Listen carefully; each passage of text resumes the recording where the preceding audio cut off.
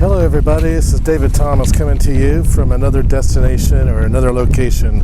I'm actually standing out here at Singer Island Beach, right in front of the shops of Singer Island. As soon as I get done with this presentation for you, I'll give you a little bit of insight and show you what the area looks like. But what I'm doing today is I wanted to let you know that we've got a number of cities in Palm Beach County in which to choose from when you want to come to move here. I'm going to give you just a few of them because a lot of them are very small towns, don't have as much to offer as other ones. So without further ado, we have in the Palm Beach County area is Boca Raton to the south.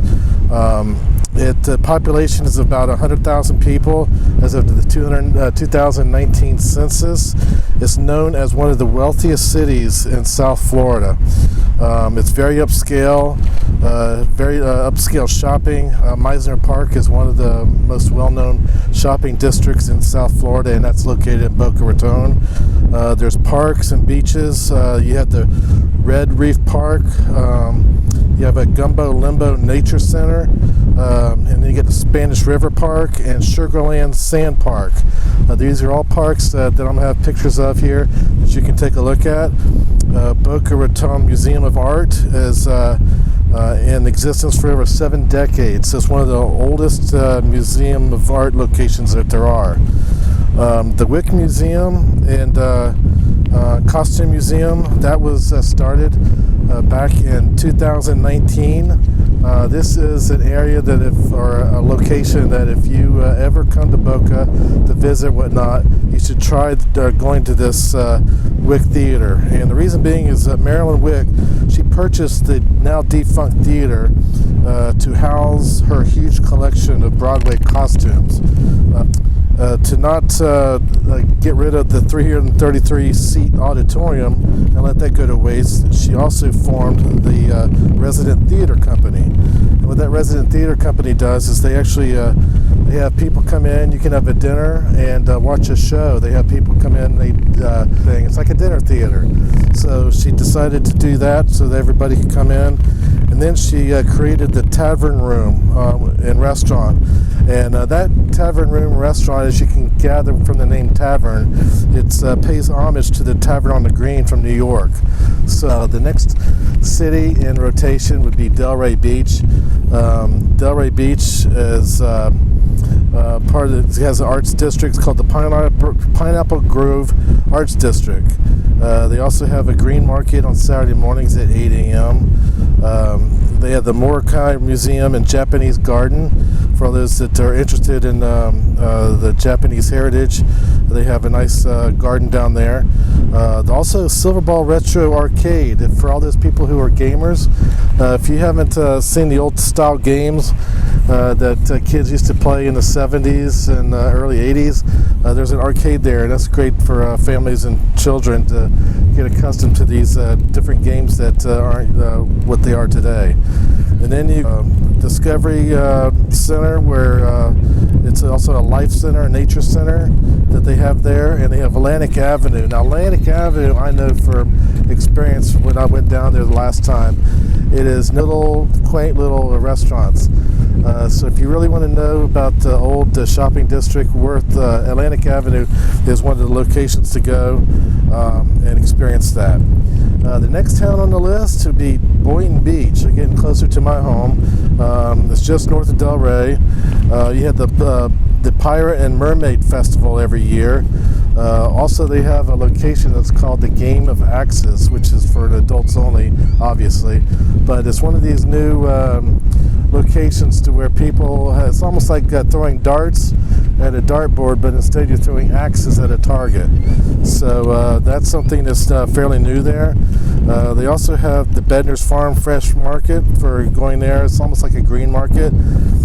Also, you have Animal Adventure Park. They have a thing every week where they have some activity for families and for kids. Restaurants, they have the Two Georges. If you want to go to a nice restaurant, I always try to tell people, if you want to really experience South Florida in its finest. You need to go and try and experience a restaurant that's on the water. And Boynton Beach has it with Two Georges, which I've personally been to on several occasions, and the Banana Boat restaurant, which is next door to it. Both are for pretty easy access. They have valet parking if you need to. You also have the Hurricane Alley Raw Bar that's available, a Copenhagen restaurant, and Chris Taverna restaurant. I think that's more of in a steak variety. And then we move it on. We got Lake Worth.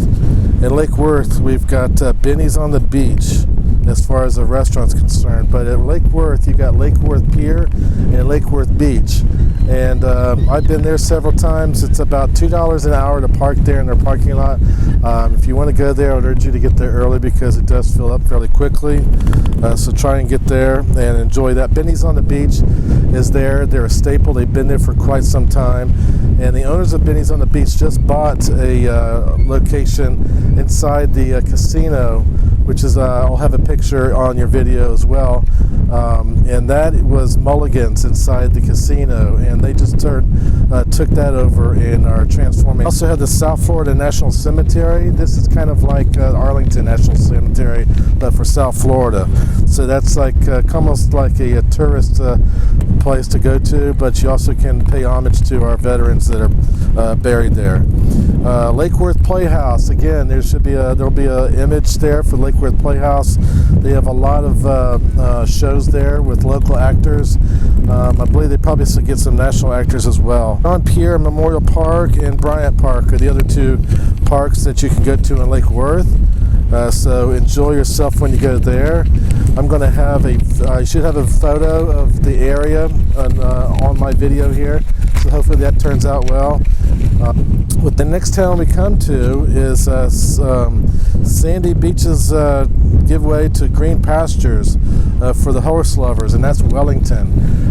If you know anything about Florida, we do have an equestrian community here, and one of the more prominent ones is the Wellington area. And Wellington is home of the international recognized equestrian community, and they have a social scene to match, which it comes in the form of the International Palm Beach Polo season, which is about 12 weeks long. This past year, the polo season got canceled, obviously due to COVID, but I'm sure there's interest that they're probably going to be holding it again this year. And then last but not least, you got the Wellington Green Market, similar to all the other green markets. Next, this is not in a particular order now, but you got Palm Beach. Palm Beach and the Palm Beach Island. That's a very well-to-do area. You get the Flagler Museum, which is a must-see location to go to. It's formerly the Henry Flagler residence. I'm sure anybody in Worth anything knows about the Henry Flagler and his history to Florida. So you can go to the Flagler Museum. I believe there was a movie with Jason Statham that was filmed in that location and had the Flagler Museum. Can't remember the name of it, but just to let you know about that. You got the Palm Beach Food and Wine Festival held every year down there. And then you got a couple of resorts that are a must-see if you come down to visit Palm Beach. You got the Breakers of Palm Beach, and then you got the Owl Palm Beach Resort and Spa. There's plenty of golf to be had, but these two locations are first class. I do know the Breakers has a seafood bar that is to die for. They just revamped it, had a remodel about 2 years ago, and they've got nothing but rave reviews. So check out Palm Beach, see what they have to offer. Palm Beach Gardens, it's mainly known for its shopping, a little bit of shopping, and it's got a few waterfront restaurants.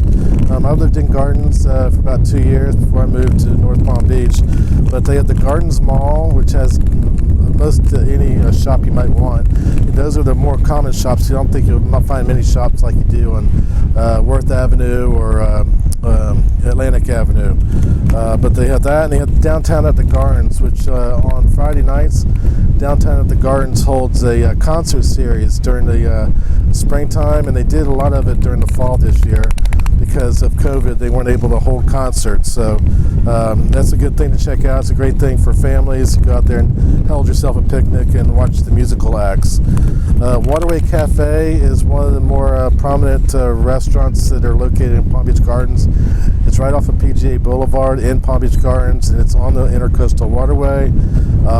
It's under new ownership. Mark and Cindy have done a great job of turning that location around and upgrading the quality of the food, and it's just a nice place to sit out there by the tiki bar and watch the boats and sit there and just relax in the sunshine and talk to your friend or significant other. The other one would be River House Restaurant, which is right across the street from Waterway Cafe. It was River House at one time. It was sold. The new owners who named it Bricktops, and then due to the familiarity with River House, they were lucky enough that they bought the name River House, and so they changed the name back to River House. But it's an upscale location. It also has an outside bar, but for the most part, it's indoor dining with the view of the Intercoastal Waterway. And then you also have Seasons 52, which is directly across the waterway from River House. Seasons 52 excuse me, has a piano bar, and I think it's on Thursday or Friday nights. They have a piano player, and they have a nice happy hour at the bar. Very good atmosphere, very good vibe, and for those people who have business meetings or maybe have a function, they have a great, not conference room, but like a ballroom upstairs. Holds probably about 150 people in it, so try that out. And then last but not least for Palm Beach Gardens is you've got the PGA National. World-renowned PGA National, they hold a yearly golf event called the Honda Classic on their championship golf course, which has the Bears trap on it. It was designed by, of course, Jack Nicklaus.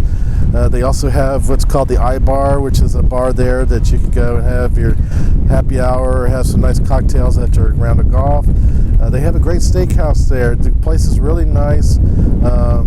And they just changed ownership as well, so they're right now in the middle of a bunch of renovations, so might check out the PGA National. Then heading back down south one brief time, because I did it this way, West Palm Beach. West Palm Beach has a lagoon museum there, Manatee Lagoon Museum. I'm assuming they have manatees there, but I have not yet been there as of yet. The Palm Beach Zoo, for all you families who want to take your kids out to the zoo, they have a very good zoo there. Rosemary Square is a shopping area and also has restaurants where people can go and choose whatever they care for as far as food is concerned. So we'll check you out with the Rosemary Square. Additional to Rosemary Square, you might want to look at Mount's Botanical Garden. If you like flowers and whatnot, the Botanical Garden is pretty nice out here. And then Palm Beach Outlet Shopping. Palm Beach Outlets are fantastic because I've been there on a number of occasions, and the outlets are, they've got everything you wanted at discount prices. And then you got Okeechobee Park. I can never say that name very well. Okeechobee Park, that's another one. And then you got Clematis Street, which is a well-known street for shops and for mainly restaurants. And right off of Clematis Street is where the West Palm Beach International Boat Show is held every year. So those are some of the things to do in West Palm. And then on my last page, we've got Jupiter. Jupiter is probably one of the nicer areas, and it's to the north of where I'm at right now. They have the Jupiter Inlet Lighthouse, which you should have a picture of. Du Bois Park, which I've been to as well. Roger Dean Stadium, which is a stadium where Major League Baseball holds their spring training games every year, and we have Major League Baseball players come down, rent a house for a few months, and take part in spring training, and then go back home. And then you got Riverbend Park, a very nice park. You can go canoeing or kayaking on that park. And then Jupiter Beach Dog Beach. Jupiter Beach Dog Beach. And if you've never been to a place that has a dog beach, check this out. People have dogs from everywhere. There's dogs everywhere, so you don't feel bad when bringing a dog to the beach. And believe it or not, everybody's pretty good about bringing their waste containers to pick up after their animals. So that's a pretty good place to go to. Then we got Carlin Park, which has its own little walking park. They have their own beach area there as well. During the springtime, you can see the loggerhead turtle nests that pop up. The Loggerhead Marine Center will actually place markers at each one of these nesting sites. That way people aren't disturbing them, and the loggerhead turtles get time to incubate so they can hatch on time. And they also have some grills there if you happen to be one who wants to grill out burgers or have a picnic with your family. It's a nice place to go. And then across the street on Carlin Park is an additional section to Carlin Park where they have a walking trail that you can walk or run, and they have little stations around this little park area where you can work out and do different exercises. Next, you have Harborside Place. This is anchored, I believe, by a Marriott hotel, but I can't remember if I'm right or not, so don't hold me to that. But it also holds the Woods, which is Tiger Woods restaurant, right on. And then finally, you got the Loxahatchee River Center, where you can learn all about the nature along the Loxahatchee River.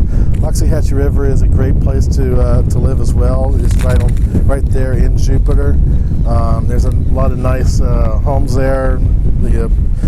I think they started probably $500,000 and go up to a few $1 million. Ricky Fowler used to live on the Loxahatchee River until he sold and bought closer into Jupiter.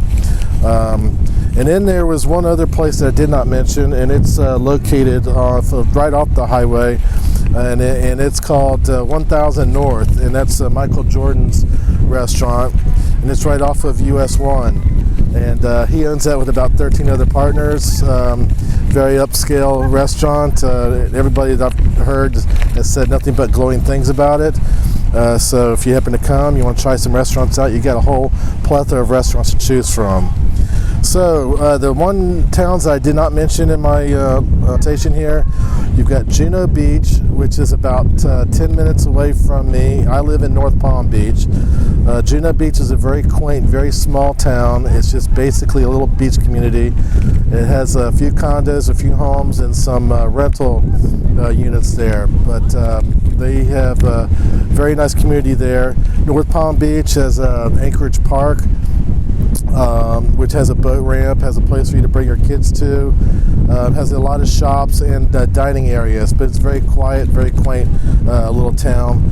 Lake Park is also right next to Palm Beach Gardens, and it's a very small little community. And then last but not least, we've got Loxahatchee, which I mentioned to you earlier. That's out to the west. A lot of people live in Loxahatchee are ones who want to have some agriculture, whether it be gardening or planting or whatever the case may be. That's what's good about Loxahatchee out to the west. And then just watching the plane go by here. And then last but not least, we got Singer Island, Riviera Beach, which is where I'm standing at right now. I'm on Singer Island, and in order to get to Singer Island, you have to go through Riviera Beach. And again, Riviera Beach is kind of, it's got the haves and the have-nots. Part of that about does it for all the towns in our area. It's a fantastic area, and I hope to talk to you soon, and please hit the subscribe button, because I'm going to be putting out videos about once a week. In order to stay up to date on the different videos, you need to hit that subscribe button. That way you get notified, and it helps me to get more people that are wanting to see my videos. And I can't give you the information without knowing how many people are watching. So I hope to talk to you soon, and if you ever need anything, please don't hesitate to text me or give me a call. Best thing to do is to text me, and then I can reach out to you again. My number is 561-320-2061. Again, that's 561-320-2061. My email address, if you want to email me, is David Thomas, Realtor561@gmail.com. Again, that's David Thomas, Realtor561@gmail.com. All right.